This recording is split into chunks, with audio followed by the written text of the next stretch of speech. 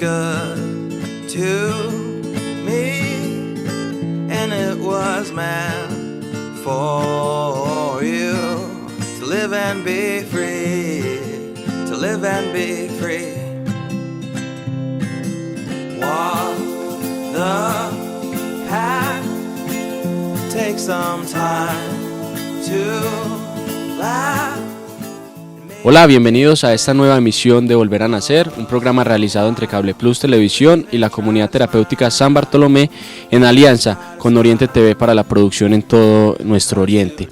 Es un placer saludar a mi compañero Alexander Gómez, ¿cómo está? ¿Qué tal, Juan Guillermo? ¿Qué tal a todos nuestros televidentes a través de Cable Plus Televisión? Como usted lo dice, en esta gran alianza, y complacido de estar nuevamente en esta linda sede terapéutica de San Bartolomé y con un invitado de la casa que ya repite también en nuestro programa, hoy con un tema muy interesante que seguramente las familias y las personas que nos ven cada semana pues se van a instruir mucho al respecto, y bueno, y le doy el honor para que presente a nuestro repitente invitado. Así es, Alex, hoy nos acompaña Juan López, él es operador de comunidad terapéutica y actualmente estudiante de psicología. Para nosotros es muy grato que nos acompañe en nuestros programas de Volver a Nacer, y como usted lo decía, ya hace parte de la casa, ya es muy conocido también por nuestros televidentes. Bienvenido, Juan, a Volver a Nacer. Muchas gracias, Juan Guillermo, un saludo para todos. Muy plácido también de estar en este programa, me gusta mucho opinar sobre los temas que nos acarrean el día de hoy acá. Sí, Juan Felipe, con una experiencia muy amplia de la intervención con pacientes que algunas veces, pues desde sus problemáticas avanzadas, desde esa cronicidad de su enfermedad adictiva, pues quieren hacer un cambio en su vida, y como dice nuestro lema, pues quieren volver a nacer. Pero en la gran mayoría de casos, esa conciencia y esa voluntad de cambio no es posible, y justamente ese es el tema que vamos a tocar hoy, el tema de la voluntad, porque a veces se tiene voluntad pero no se tiene. Ahora, detrás de cámaras, usted nos decía que qué paradójico es que justamente quienes ingresan bajo la voluntad, por ejemplo, de la familia o de un tercero, son más voluntarios que los que no son. Ahora nos va a explicar un poco al respecto.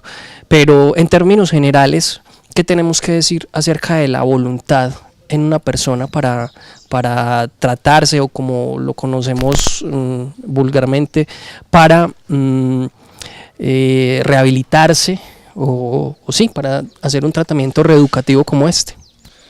Sí, yo creo que hablar de voluntad acarrea varios temas, ¿cierto? En este proceso como tal, la parte de la autoestima es muy importante. Una persona que quiera ejercer su voluntad debe tener bastante autoestima, debe tener amor por su vida y ganas de querer cambiar, ¿cierto? La voluntad es algo que también se ejerce, ¿sí? La voluntad no es un simple pensamiento. La voluntad también se ejerce a través de ¿qué? De los buenos hábitos de vida, por ejemplo. Buenos hábitos que también en la comunidad de nuestro tratamiento llevamos a cabo a través de las distintas terapias que tenemos. Es paradójico, como hablamos ahora, la parte de la voluntad, porque en esta enfermedad, que hay que considerarla como tal, enfermedad, en un principio aparece la negación, ¿cierto? Pero a medida que avanza el tratamiento, las personas van limpiando su mente, aclarando sus pensamientos, aclarando sus ideas, de tal manera que ya tengan un concepto claro sobre el tratamiento y ganas ya de querer cambiar, ganas de terminar el tratamiento, cosa cual no se ve al inicio. Juan, ¿cómo podemos hablar de esa voluntad cuando nos encontramos con una persona con una enfermedad, con una persona que no tiene esa conciencia, con una persona que está intoxicada a nivel mental y a nivel físico? Entonces, ¿cómo encontrar esa voluntad? Sí, yo creo que el ambiente que tenemos nosotros en la comunidad es muy importante, porque es un ambiente libre de drogas, ¿cierto? Es un ambiente que no contamina, es un ambiente que al contrario promueve los buenos pensamientos, las buenas ideas, ¿sí? A través de mucha psicoeducación, muchos talleres que como tal también tenemos implementados en nuestro tratamiento. Varias veces hemos hablado con los muchachos de este tema, de la falta de voluntad y la falta de conciencia de enfermedad, que yo creo que es el primer paso para empezar a tener voluntad en un tratamiento, aceptar las terapias que nos brindan o que le brindan al usuario para que se reeduque. Pero en primera instancia es mucho recogimiento. Yo creo que con estos muchachos hay que tener mucho la parte afectiva, ¿cierto? Que tengan en cuenta que el cambio es primeramente por sus vidas, no es por obligación, no es de una manera peyorativa, sino al contrario, que es por su bien y para su bien, ¿sí? Cuando tenemos un joven en la casa que, por ejemplo, la familia lleva luchando con él varios años incluso, insistiéndole, persuadiéndolo a que reciba ayuda, a que reciba tratamiento, y él se niega desde múltiples circunstancias como la acomodación, el facilismo, desde el no querer salir de su zona de confort, desde la contaminación mental principalmente que tiene a raíz de su círculo social. ¿Qué puede hacer una familia cuando entonces un joven en la calle que está cada vez más avanzado, cada vez más deteriorado en su problemática y digamos para hacer que acceda a un tratamiento que puede ser incluso ambulatorio, no tiene que ser residencial, pero que acceda a un tratamiento voluntariamente? ¿Qué puede hacer la familia? Sí, a ver, esta enfermedad yo creo que hay que comprenderla mucho, de una manera muy integral, ¿cierto? No es una enfermedad que solamente acarrea a la persona que está interna, sino al contrario, es una enfermedad que acarrea de la manera más integral a la familia por completo. Los padres, como usted decía, Alexander, en gran parte tienen cierta responsabilidad, ¿cierto? Porque un papá en la mayoría de las ocasiones se niega a ver la enfermedad que está al frente de sus ojos, a ver un hijo que es adicto y se convierte incluso en una persona coadicta, que sufre por el sufrimiento de la persona que consume. Primero es quitarse la venda de los ojos, ¿cierto? Aceptar que la persona tiene un problema y hablar, tener mucho diálogo con él, y primeramente yo creo que también pues cortar mucho la idea del pesar, ¿cierto? Porque el pesar creo que es un sentimiento muy fatalista y que limita y obstaculiza mucho a las personas y que ata mucho a las personas. Y muchas veces en nuestro tratamiento llegan personas que pues no quieren estar y que muchas veces las familias tienen que tomar esa decisión, que para ellos también acarrea una gran dificultad, porque pues lógicamente dejar una persona encerrada no es fácil, ¿cierto? O interna no es fácil, pero es tratar de controlar mucho esos sentimientos y manejar mucho esas emociones, porque como decía Alexandre y como hablábamos acá, si es por la persona misma, muy difícilmente va a acceder a nuestro tratamiento y muy difícilmente va a acceder a tener ayuda, porque él va a decir comentarios como no, es que yo no tengo ningún problema, yo lo dejo por sí solo, comentarios tales que creo pues que imposibilitan mucho que acceda a un tipo de ayuda como el que tenemos nosotros en San Bartolomé. Sí, con el tema de la voluntad pasan diferentes situaciones, y es que usted lo mencionaba ahora, nos encontramos esos padres que por decir el miedo, el temor de reconocer la situación, lo que está pasando, de que a nivel familiar empiecen a discriminar o empiecen a señalar de que es que el joven está consumiendo, se hacen los que no quieren ver, se hacen los que no quieren escuchar la situación que está pasando, hasta que ya llega un punto donde toca empezar a darse cuenta de que en realidad es una enfermedad, de que en realidad hay que ponerse pilas, que hay que correrle, y pasa mucho. Nosotros lo vemos en nuestro contexto con las personas sales que llegan a nuestra institución a consulta, donde esos padres dicen qué bueno hubiese sido haber actuado a tiempo, qué bueno hubiese sido de pronto poner un límite rápido para poder brindarle la ayuda necesaria a estos jóvenes. Entonces, haciendo ya la comparación, ¿qué pasa cuando un joven llega voluntario, cuando un joven tiene ese deseo de hacer el tratamiento, cuando el joven ve la necesidad de tratar su enfermedad? Sí, antes de responderte la pregunta quisiera tomar el punto que dijiste es que ya fue demasiado tarde para internarlo. Alguna vez tuve la oportunidad de ver un programa de una persona española reeducada en tratamiento para la adicción a las drogas y él ponía dos contextos. Entonces decía, imagínense ustedes que tengan una persona con cáncer, ¿cierto? A temprana edad, 13 años, porque también hay que poner la simbología y el paralelo que es que la adicción también es una enfermedad. Entonces, porque tiene cáncer a los 13 años le vamos a limitar el tratamiento, porque tiene cáncer a los 13 años vamos a limitar la medicina que tiene. Entonces, porque tiene adicción a los 13 años o porque cayó en el mundo de las drogas más bien a los 13 años vamos a limitar que acceda a un tratamiento si es una persona enferma. Y ya con la pregunta que me hacías de cómo ejercer la voluntad en una persona o cómo trabajar el tema de la voluntad, pues yo creo que principalmente es haciéndolo acceder a todas las terapias y todos los talleres que tenemos en nuestro tratamiento, ¿cierto? Que la persona primeramente entienda que es por su bien y que la persona acceda por voluntad, aunque en un principio, como hablamos, no se ve, ¿cierto? Que él tenga la necesidad primeramente de querer cambiar, de querer mejorar su vida. Pero eso es gradualmente, porque hay un tema también principal, es la intoxicación. Una persona intoxicada mínimamente durante 2 meses va a ser una persona muy cerrada al tratamiento, va a ser una persona que no va a querer cambiar. Entonces es todo un proceso, ¿cierto? De gratis también nuestro proceso tiene cierta cantidad de tiempo, cierto límite de tiempo, porque se viven en ciertas etapas que la persona va experimentando ciertos cambios que hacen que esa voluntad, no solo en el tratamiento, sino para la vida, se fortalezca en gran medida. Sí, ese paralelo que hacías acerca de la comparación entre un cáncer y una adicción ante un inicio temprano. Una persona con cáncer a los 13 años, seguramente cualquier padre de familia correría con él para cualquier parte, pero cuando detectan un inicio de una adicción incluso más temprano, a los 10, 11, 12 años, se minimiza mucho la situación.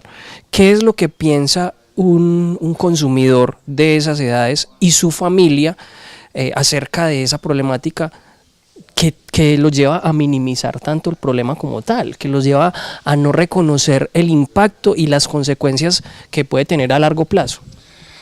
Sí, a ver, digamos, cuando la adicción es muy a temprana edad, y lo mencionamos mucho aquí en la comunidad con los muchachos, en los talleres y en las terapias que tenemos, pasa mucho el hecho de las consecuencias, ¿cierto? Y uno dice muy sutilmente, están en las mieles del mundo de la drogadicción. Entonces una persona que todavía no ha visto en gran magnitud las consecuencias que puede llevar consumir drogas. Y tenemos tres temas principales que tocamos acá como finalización del mundo de las drogas: la muerte, la cárcel o un cementerio, o en su caso positivo, digo yo, un sitio de estos, ¿cierto? Pero una persona muy joven es una persona que también hay otro aspecto, y es la personalidad, ¿cierto? Es una persona que quiere asumir riesgo, que quiere tomar conductas de riesgo, y es una persona que no mira consecuencias. Primordialmente yo creo que es lo que imposibilita muchas veces que este tipo de muchachos no quieran cambiar, ¿cierto? La parte de no medir las consecuencias, de que apenas han probado, digamos, la parte placentera de las drogas, ¿sí? No han visto mucho el mundo oscuro que esto rodea.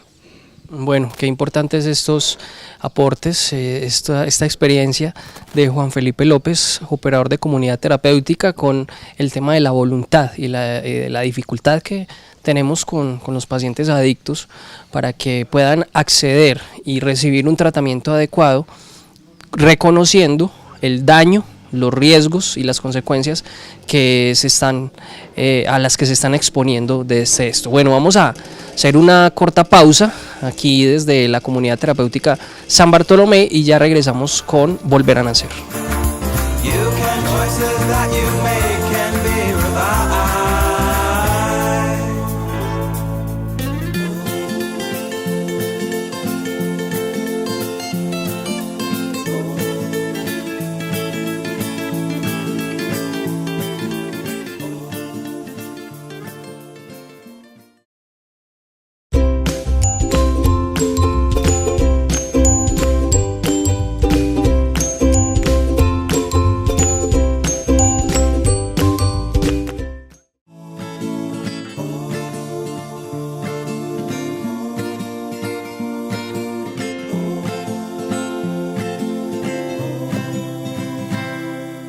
Life is good, it is good to me, and it was meant for you to live and be free, to live and be free.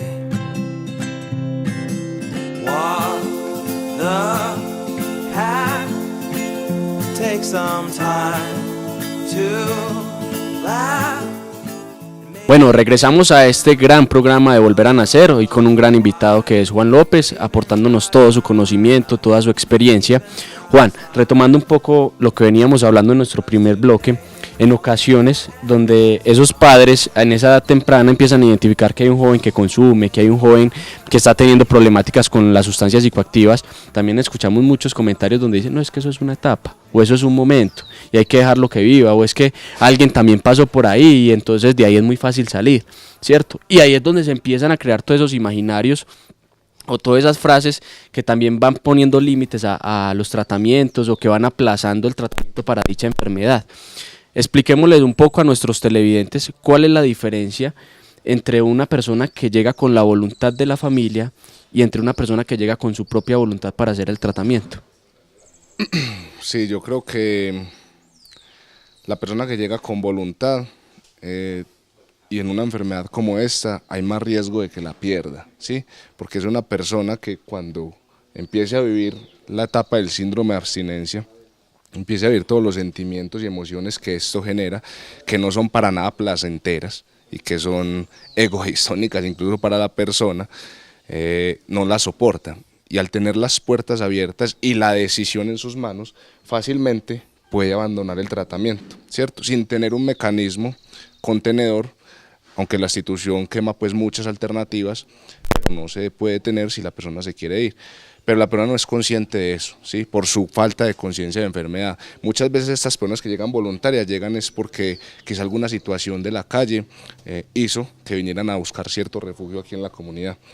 El otro aspecto de las personas que no llegan o que llegan en contra de su voluntad, más bien, en su mayoría menores de edad, bajo la potestad de sus padres, es muy interesante porque cuando empiezan a experimentar el síndrome de abstinencia, se pueden quemar muchas más alternativas, ¿sí? Porque debe de estar en la institución, ¿sí? Y al tener esa idea clara de tener que estar en la institución, pues yo creo que es un factor protector que evita que la persona salga cuando quiera, sino que debe esperar la decisión de sus representantes legales, padres de familia, para que eso ocurra, ¿sí? Entonces hace que el tratamiento a medida que avance y al tener un ambiente libre de droga, la persona, como hablamos ahora, empiece a aclarar sus pensamientos hasta tal punto que en un principio entró en contra de su voluntad, pero que después quiera acabar el tratamiento y lo quiera terminar, ¿sí? Porque se dio cuenta de que necesita ayuda. Sí, me hace pensar en una duda que me queda con la respuesta que nos dio ahora usted acerca de las personas que ingresan voluntariamente. ¿Qué tan real es entonces esa voluntad? ¿Qué tan desde su conciencia, desde su deseo de cambio real es la voluntad que trae una persona cuando ingresa supuestamente voluntariamente? Sí, yo creo que uno, y que tampoco debemos pues generalizar, ¿cierto? No son todos, pero en su mayoría si uno hace algún análisis estadístico, uno mira que la prevalencia de las personas que ingresan voluntarias pues tienden a abandonar el tratamiento más rápido. Yo pienso que es una voluntad enmascarada. Como decíamos ahora, llegan aquí porque hay cierta situación en la calle que hizo que buscaran cierto refugio, porque no, y que eso es una característica del adicto, no enfrentar las dificultades, no enfrentar los problemas. Entonces en la calle hubo cierta situación que se le salió de las manos y el mecanismo de defensa para protegerse de esa situación o para resolverla fue refugiarse en un sitio de estos. Juan, o ahí también entra mucho el tema de las emociones. Sí. Porque son personas muy emocionales, entonces en un momento, digamos, lo que nosotros llamamos un guayabo moral, entonces están con las emociones muy bajas y dicen, no, yo necesito el tratamiento, yo necesito ayuda, pero entonces apenas entran a la institución y ven que hay unas exigencias, que hay unas normas, empieza esa abstinencia, ahí es donde empiezan, no, esto no es para mí, yo me voy, yo siento que yo ya soy capaz de hacer las cosas. Sí, claro, de todas maneras es por la parte de que el síndrome de abstinencia, por la parte emocional, pues lleva muchas emociones negativas que la persona no tiene la suficiente tolerancia para soportarlas. Y además por lo que hablamos ahora, la parte de la zona de confort, pues una persona que en la calle esté acomodada a venir a un sitio aquí donde hay unas normas, unos límites claros, donde hay cierta disciplina en la hora de levantar, en la hora de alimentación, es una persona que no va a soportar muy fácil el tratamiento. Eso es otra cosa, que muchas veces la persona que viene con una supuesta voluntad cree que porque viene por su propia cuenta, entonces se va a encontrar con un ambiente cómodo, con un ambiente donde se le van a brindar todas las facilidades, donde no se le va a exigir y no se le van a proponer normas ni disciplina. Sí, esos imaginarios aquí se caen totalmente, ¿cierto? Porque eso que decís es muy cierto, y si es una persona, por ejemplo, que repite tratamiento, lo sabe, pero al saberlo, cree que va a ser de la misma manera como lo vivió en un proceso pasado, pero no, es una etapa diferente, hay una abstinencia y unos síntomas diferentes, y también, digamos, la parte de la tolerancia está también muy disminuida. Pero si esos imaginarios aquí se rompen y se caen, y eso es lo que lleva a una persona a abandonar la mayoría de las ocasiones el tratamiento. Hay un tema que yo pienso, y lo hablamos ahora detrás de cámaras, que nos compete a todos, Alex y Juan, es el tema de la voluntad. Nos encontramos con diferentes apreciaciones frente a este tema, diferentes profesionales que dicen es que un tratamiento se debe realizar cuando la persona quiera, es que un tratamiento profesionales o instituciones incluso, que solamente se debe hacer cuando la persona desea hacer el tratamiento. O sea, estaríamos diciendo que ahí no iría en contra o con la voluntad de la familia para que una persona realice su tratamiento. ¿Qué apreciación, qué concepto tenés de eso, Juan? Yo lo digo también más allá, aunque pues soy estudiante también, lo digo por la parte de mi experiencia personal. Yo creo que hace falta ahondar un poco más en este tema de las adicciones y comprenderla más como una enfermedad, y que en toda enfermedad el primer síntoma va a ser la negación.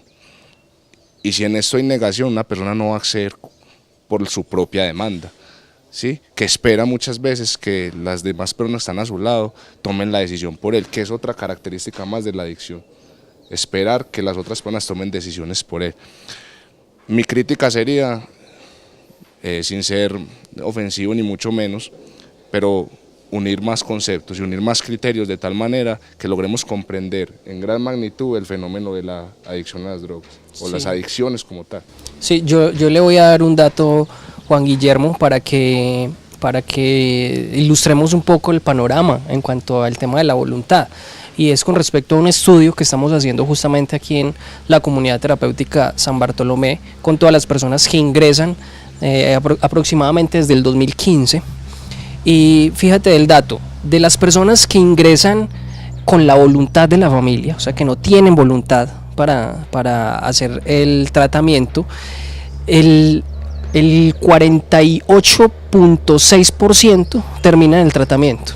O sea, por ejemplo, de 50 personas, o más bien de 40 personas que ingresan al tratamiento, lo terminan 19 aproximadamente. O sea, esa cifra que les di. Mientras que de 15 personas que entran voluntarias, solamente 4 terminan el tratamiento. O sea, estamos hablando apenas de aproximadamente una cuarta parte de las personas que ingresan voluntariamente terminan el tratamiento. Entonces, y es una cifra muy, o sea, hay una distancia muy amplia. Entonces, ¿cómo pensar que hay que esperar a que la persona sea voluntaria para poder acceder a un tratamiento? Pues entonces, ¿quién se recuperaría? O sea, las cifras de recuperación, de que puedan tratarse, serían muy, muy bajas. Sí, Alex, y si me permites aportar a tu tema también la parte de que hablamos ahora de una persona que apenas está en sus inicios, ¿dónde queda la parte preventiva? Sí, porque la mayoría de personas que acceden voluntarias a un tratamiento voluntaria son personas, como hablábamos ahora, que ya han sufrido las consecuencias mayores de este flagelo, ¿sí? ¿Dónde queda entonces la parte de la prevención primaria? Evitar de que el problema sea peor. Esta es una situación que a uno le genera debate, y que yo creo que es para hablar y hablar y hablar, y queda uno incluso con dudas, ¿cierto? Pero sí, yo creo que no hay que esperar hasta esas distancias para uno darse cuenta que esto es un problema. Yo creo que ahí es donde coincido y donde yo hago mi apreciación con este tema, y es, debemos esperar a que una persona que comienza a consumir a los 11, 12 años, que en esos primeros meses, en esos primeros años son más las partes placenteras que ellos encuentran por todo lo que se activa, entonces no va a tener una voluntad de querer hacer el tratamiento. Debemos esperar a que este joven o esta persona llegue a las últimas consecuencias, llegue a sufrir, a vivir calle, a pasar por situaciones que se generan dentro de este entorno, para poder que ya él tenga entonces la voluntad y decir yo voy a hacer el tratamiento porque ya he sufrido mucho. No, yo creo que hay que comprender la enfermedad como que tiene aspectos incluso comportamentales, ¿cierto? Porque si se comprende la enfermedad solamente desde el uso de las drogas, estamos errando en ese sentido. Y la parte comportamental es la parte antes de consumir la sustancia como tal. Y al comprender la parte comportamental, yo creo que evitaríamos que muchas personas, y que eso lo hacemos en nuestro tratamiento, ¿cierto? Y que evitaríamos que muchas personas cayeran al mundo de la adicción a las drogas. Bueno, vamos llegando al final del programa y es un tema supremamente amplio, supremamente profundo. Daría para hacer muchos programas acerca de este tema, pero quisiéramos, ahora que hablabas de la experiencia que tuvo usted justamente en realizar un tratamiento, ¿qué les podemos decir a los padres de familia que justamente no saben qué hacer y que están esperando eso que otros profesionales le han recomendado? No, espere que él quiera, espera que él busque ayuda, espere que él le toque la puerta para que se pueda tratar, pero los padres están viendo que su hijo está cada vez más disfuncional, que está desescolarizado, que no quiere hacer nada, que ya abandonó todas sus actividades por decirlo de alguna manera, positiva, y que en la parte mental también está cada vez más afectado. Y lo doy un dato, que eso lo vimos, Juan Guillermo, en el último Congreso Latinoamericano de Patología Dual.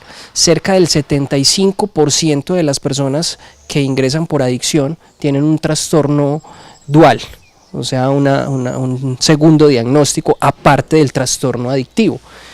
Entonces, ¿qué les podemos recomendar a estos padres de familia o a la familia como tal para que le dé la oportunidad a su joven, a su hijo, a la persona que está en la casa para tratarse?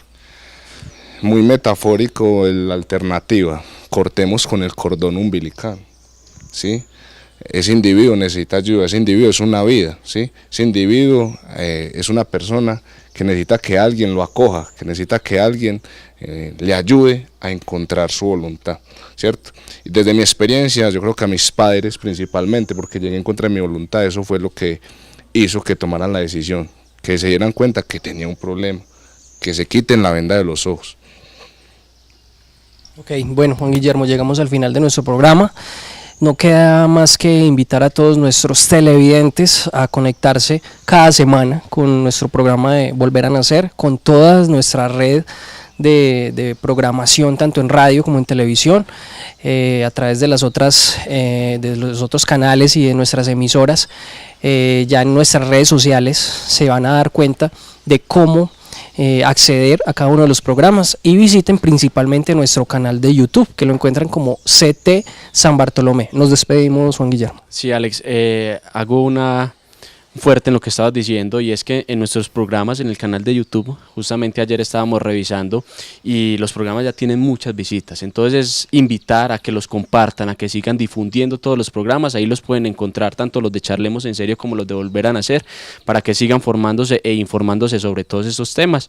Nos despedimos y les deseamos a todos una feliz semana. Un agradecimiento muy especial a Juan Felipe López, nuestro gran invitado hoy, a Andrés Tamayo, que nos permite realizar este programa aquí en la sede terapéutica de San Bartolomé, y bueno, los esperamos en una próxima emisión de Volver a Nacer. Dios los bendiga. Hasta luego.